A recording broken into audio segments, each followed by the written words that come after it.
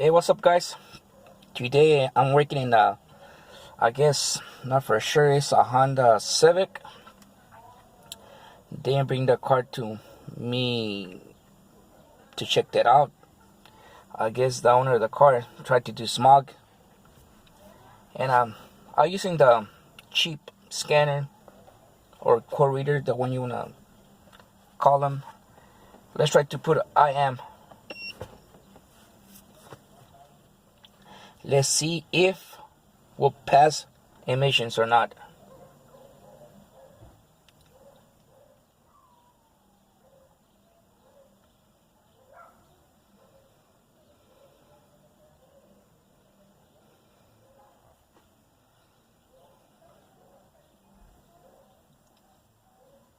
We're waiting.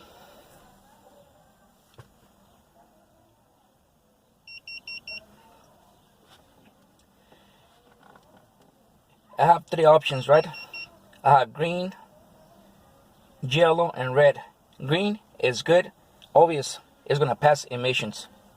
Yellow, you have to take it to a mechanic to take a look at your car. Red, that means it's gonna fail automatic. You have the checking light on and will fail the test. And you can see checking light is on. We have a checking light code, one code, and the cat fails, and the EGR system fails, and the air pump system fails. I don't know if this Honda have it or not, but anyways, whatever's in red is bad. It's not for sure. The one in red, it looks bad, but it's not for sure those equipments comes in this car or not. But anyways, we would like to check the green marks. That means it's good. It's the one when you're gonna do smog. It's the same paper they give you, the same, almost the same printout.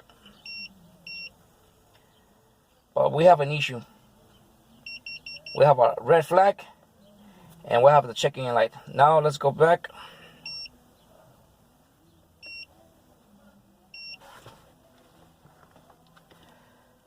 Let me check that out.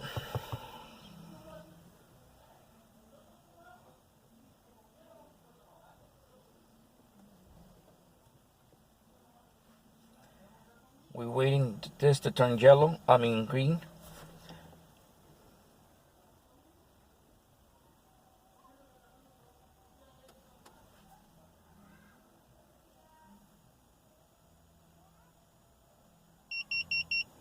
Still the red flag.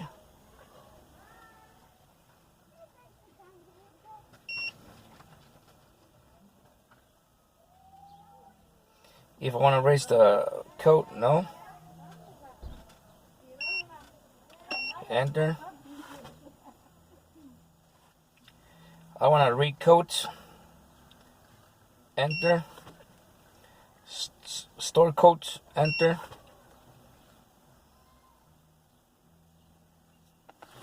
We have a code. PO325. The knock sensor circuit, bank 1 or single sensor. That means I need to do my searches to find where the sensor lifts. The knock sensor can be the sensor or can be the wire harness, the problem. Anyways, let me go back.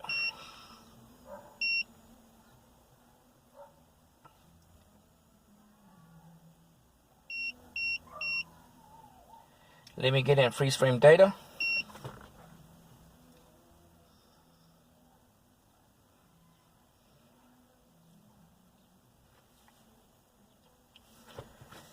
Freeze frames data. That means all the cars that have freeze frame data, the engine of your car, take a picture of the code. We still have the code PO325, the knock sensor, and what conditions you was driving the engine, short and long flow trims, stuff like that. Let me go back. Let me go live data.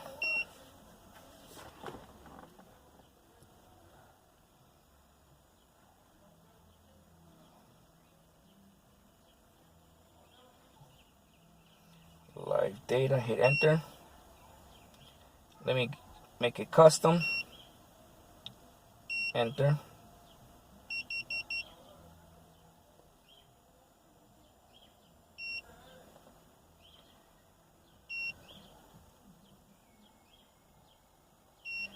I want to see my short field trims numbers, my long, and what else?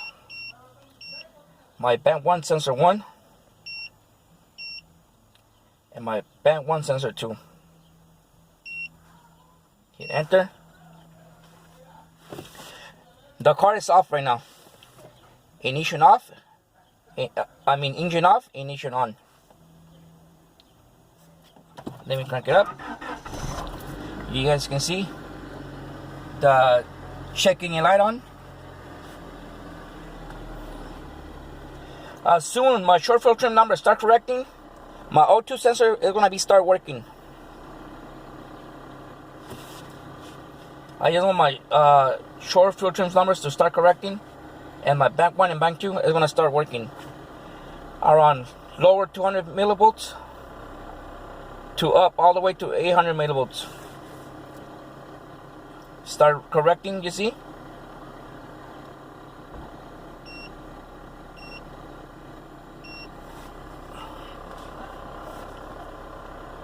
You can see my bank 1 sensor 1, O2 sensor is working.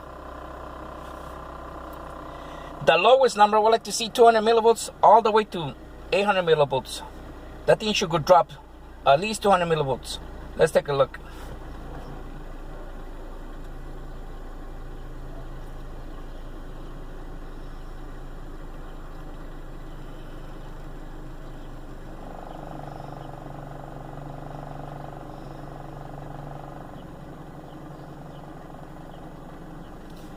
$250 millivolts all the way up to 855 millivolts. But you can see my pattern, you can see my graphic up and down, up and down. The O2 sensor looks great, but I still need to talk to the customer and address the PO 325, I believe, the knock sensor. 175, the lowest, the highest 855. Looks great.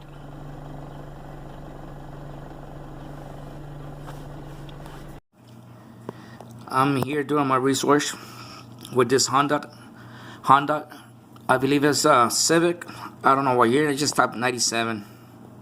Look, old model, 1.6. It's something newer. Anyways, the knock sensor, we get the PO 325. It's for the knock sensor. Doesn't matter, 98, 97, 2000, Honda Civic sedan or whatever. Pretty much is where it lives. Is to the side of the oil filter. You can see my knock sensor, and above is the engine pressure switch above oil filter. Well, we have the check engine code PO 325 cause of the knock sensor. We need to do our check-ins over here.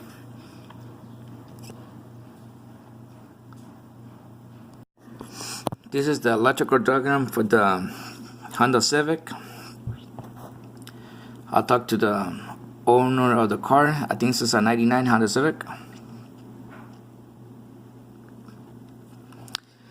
And the checking light, the PO 325, I believe so, is the knock sensor. The one lives below the oil filter. We can see the knock sensor have a red and blue wire. This wire goes all the way to the computer, to the PCM, and this is ground. Couple words, it's only one single wire. Then we need to do a test and the knock sensor. We need to check the connector.